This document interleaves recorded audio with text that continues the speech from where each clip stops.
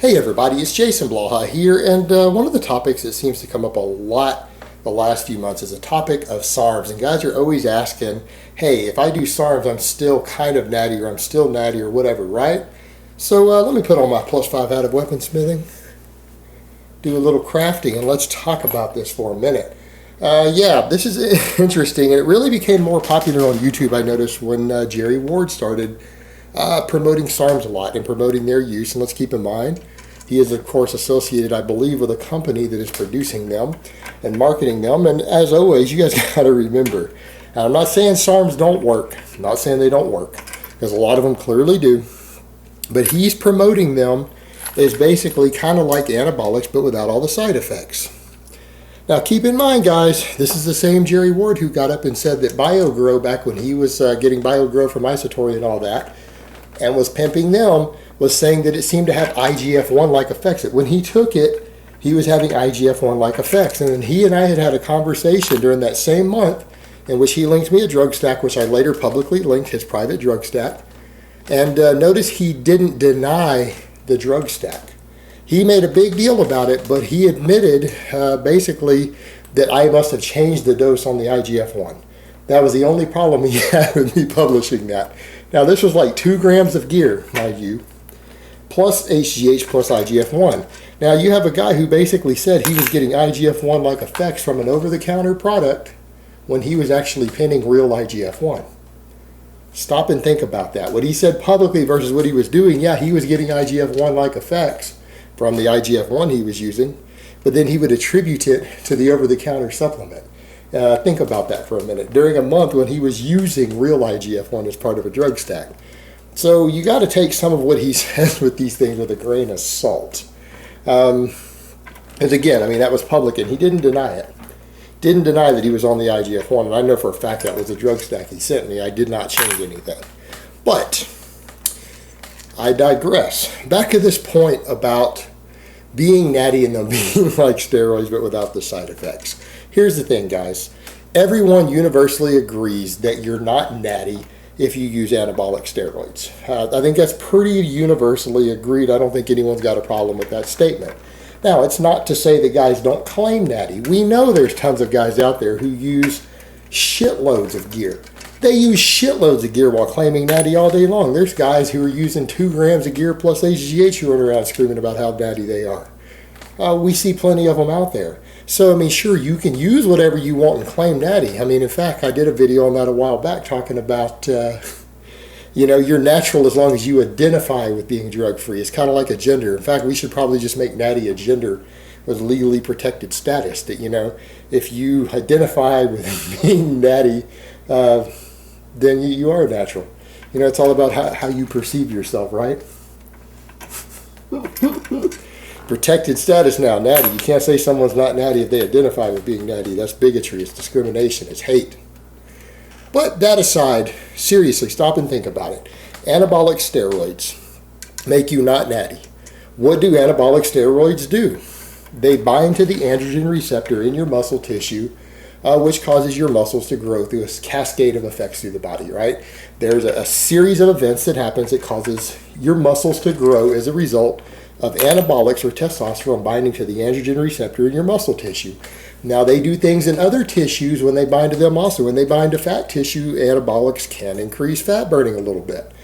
Some of them, when they bind to bone tissue, they cause bones to get better mineralization. When they bind to your brain, they cause effects. They cause, oftentimes, male personality effects, certain emotional responses, because, again, they're male sex hormones.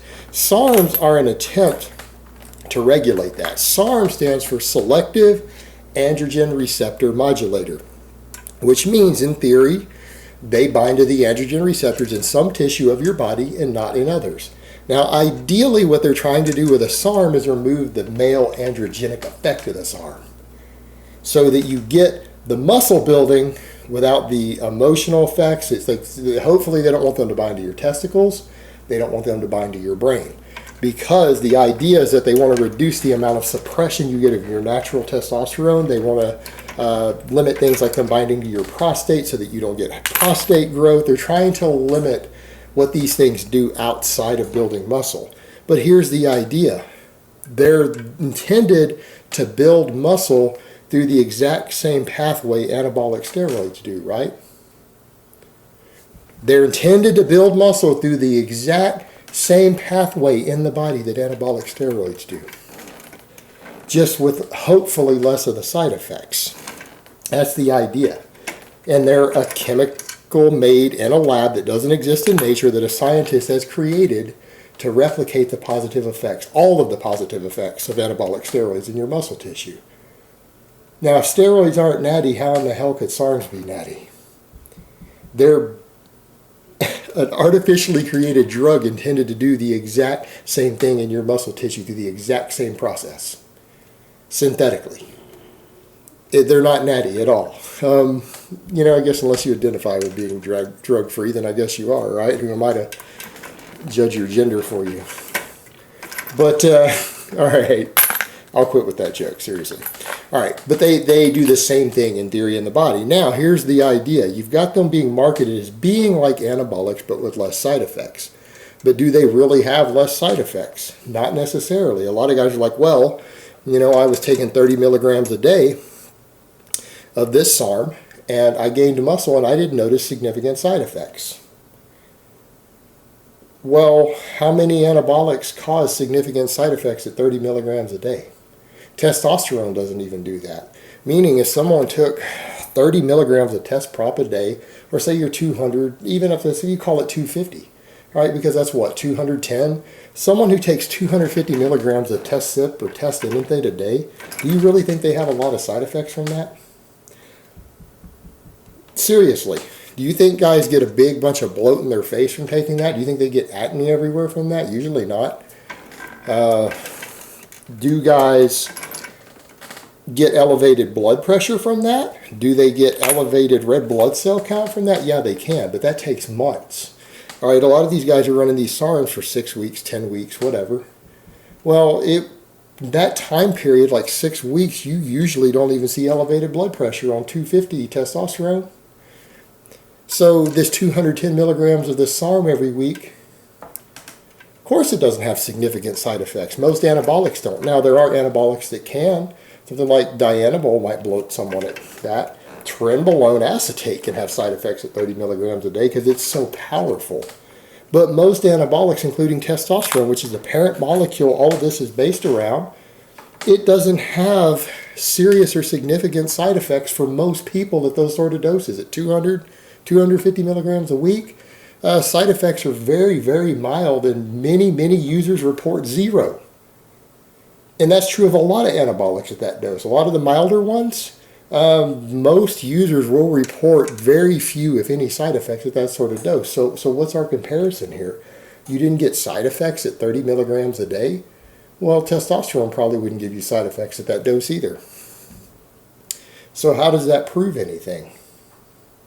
Same thing with the suppression. You guys are like, well, it doesn't shut you down and suppress you. You don't need any PCT or anything. Well, that's not true. Data I had seen on SARMs do show that SARMs over time do suppress your natural testosterone production.